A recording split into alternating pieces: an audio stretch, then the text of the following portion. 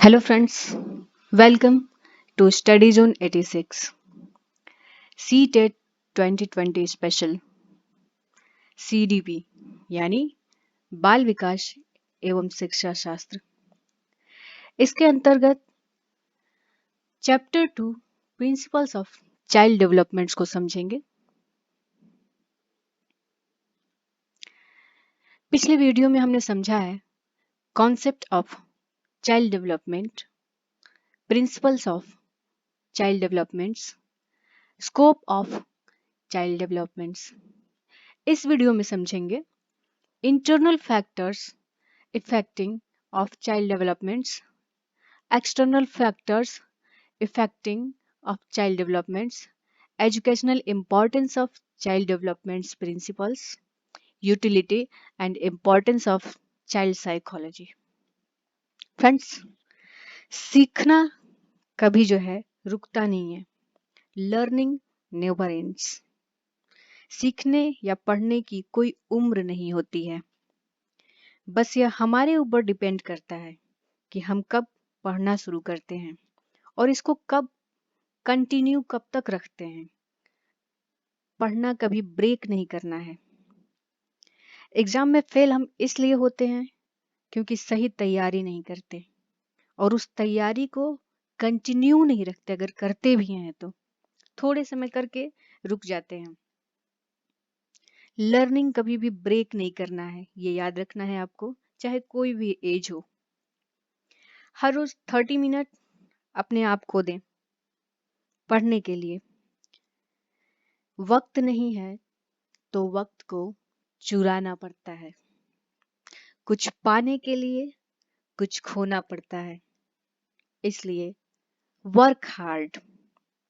CTET में 90 marks भी पाने के लिए एग्जाम प्रिपरेशन बहुत अच्छी होनी चाहिए।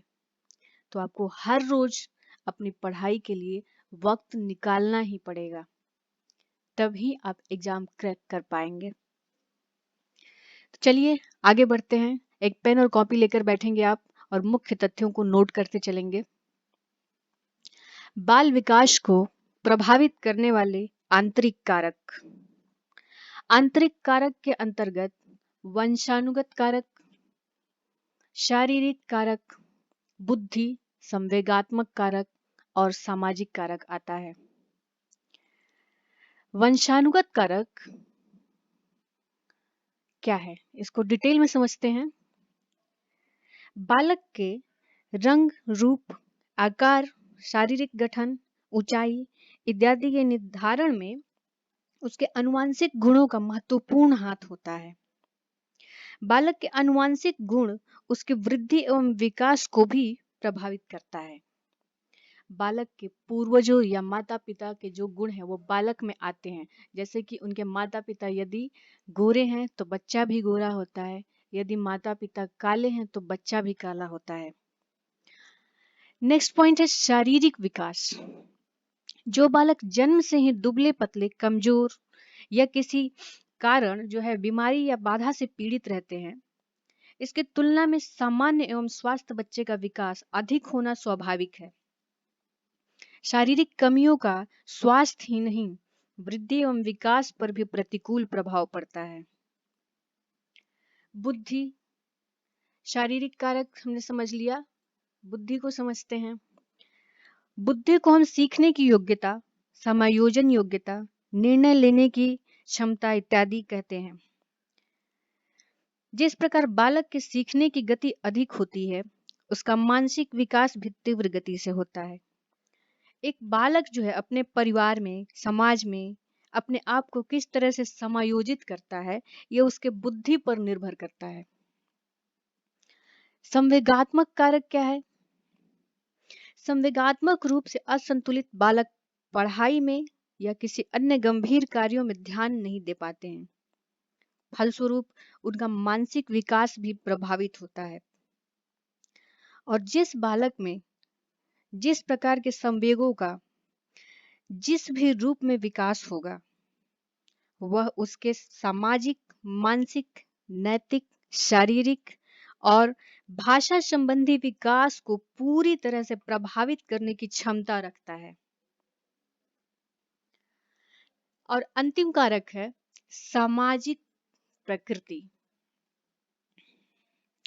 बच्चा जितना अधिक सामाजिक रूप से संतुलित होगा, उसका प्रभाव उसके शारीरिक, मानसिक, संवेगात्मक, भौतिक तथा भाषा संबंधी विकास पर उतना ही अनुकूल होगा। सामाजिक दृष्टि से कुशल बालक अपने वातावरण से दूसरों की अपेक्षा अधिक सीखता है। तो ये थे आंतरिक कारक जो बाल विकास को प्रभावित करते हैं। बाल विकास को प्रभावित करने वाले बाह्य कारकों के अंतर्गत गर्भावस्था के दौरान माता का स्वास्थ्य एवं परिवेश, जीवन की घटनाएं, भौतिक वातावरण और सामाजिक आर्थिक स्थितियां आती हैं। इनको थोड़ा सा डिटेल में समझेंगे। गर्भावस्था के दौरान माता के स्वास्थ्य गर्भावस्था के दौरान जो है माता के स्वास्थ्य का एवं परिवेश का बच्चे पे क्या असर पड़ता है।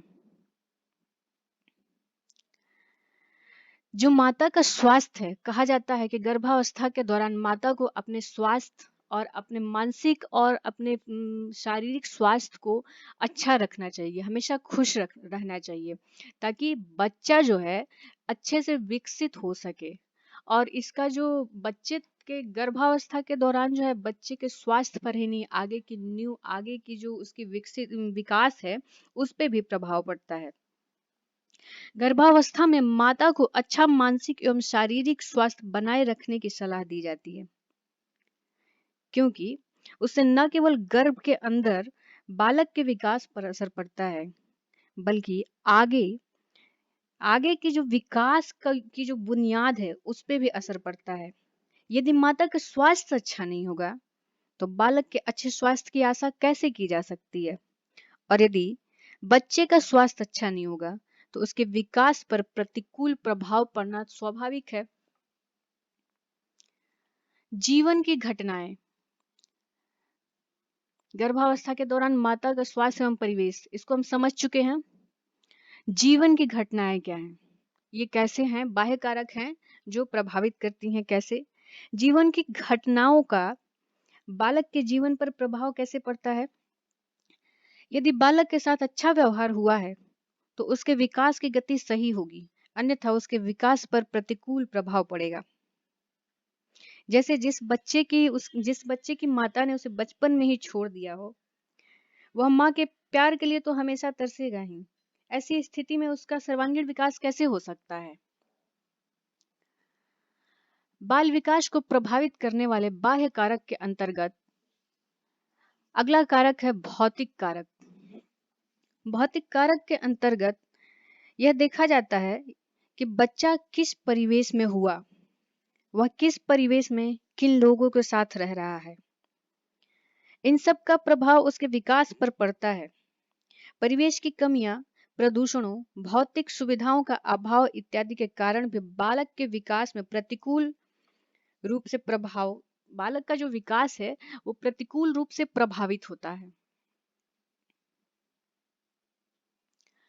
अगला पॉइंट है और लास्ट पॉइंट है सामाजिक आर्थिक स्थिति। शहर के जो अमीर बच्चे जो हैं उनका विकास जो है गांव के गरीब बच्चों की अपेक्षा ज्यादा संतुलित और ज्यादा अच्छे से हो पाता है, क्योंकि इन्हें पढ़ने के लिए अच्छा माहौल, अच्छा संस्कृति मिलता है। पर गांव के बच्चों को ये सुविधाएं मिल नहीं पाती हैं, इसलिए उनका विकास जो है संतुलित नहीं हो पाता है। बालक की सामाजिक एवं आर्थिक स्थिति का प्रभाव जो है उसके विकास पर पड़ता है। निर्धन परिवार के बच्चे को विकास के अधिक अवसर उपलब्ध नहीं हो पाते। वे अच्छे विद्यालय में पढ़ने, सांस्कृतिक कार्यक्रमों में भाग लेने इत्यादि का अवसर गरीब बच्चों को नहीं मिल पाता है। तो ये थे बाल विकास को प्रभावित करने वाले आंतरिक और बाह्य कारक, यानी कि इंटरनल और एक्सटर्नल फैक्टर्स। आगे बढ़ते हैं।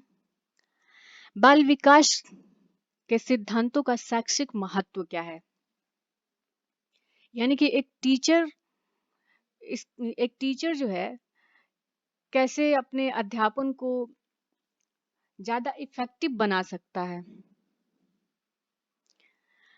शिक्षक को बालकों की स्वभावगत विशेषताओं, रुचियों एवं क्षमताओं के अनुरूप सफलतापूर्वक अध्यापन करने में सहायता मिलती है। यानी कि जिस टीचर को बाल विकास के सिद्धांतों का ज्ञान रहता है, वो अपना टीचिंग जो है बहुत ही सफलतापूर्वक अकॉर्डिंग टू चिल्ड्रन कर पाते हैं, बालकों की रुचियों के अनुसार कर पाते हैं। नेक्स्ट पॉइंट है, बाल विकास के सिद्धांतों से शिक्षक को यह पता चलता है कि वृद्धि और विकास की गति और मात्रा सभी बालकों में एक सी नहीं पाई जाती है। यानी हर बच्चा एक दूसरे से अलग होता है, इंडिविजुअल डिफरेंसेस पाई जाती है, तो सभी बच्चों से हम एक जैसी उम्मीद नहीं कर सकते।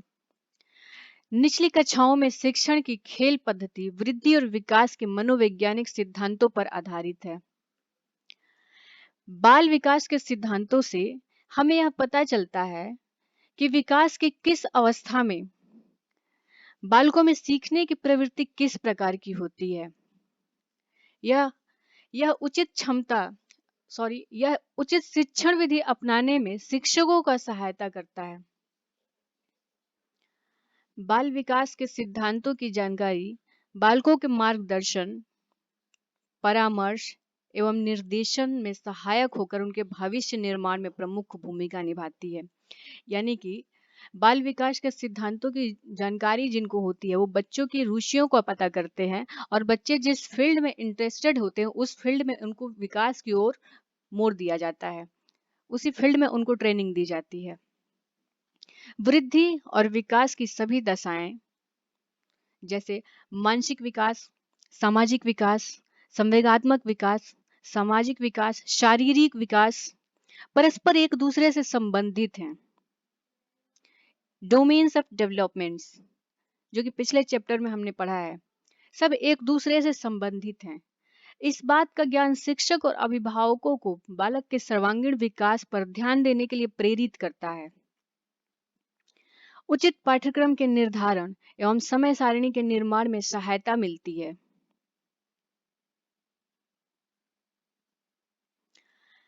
बाल मनोविज्ञान की उपयोगिता एवं महत्व, यानी इम्पोर्टेंस ऑफ चाइल्ड साइकोलॉजी।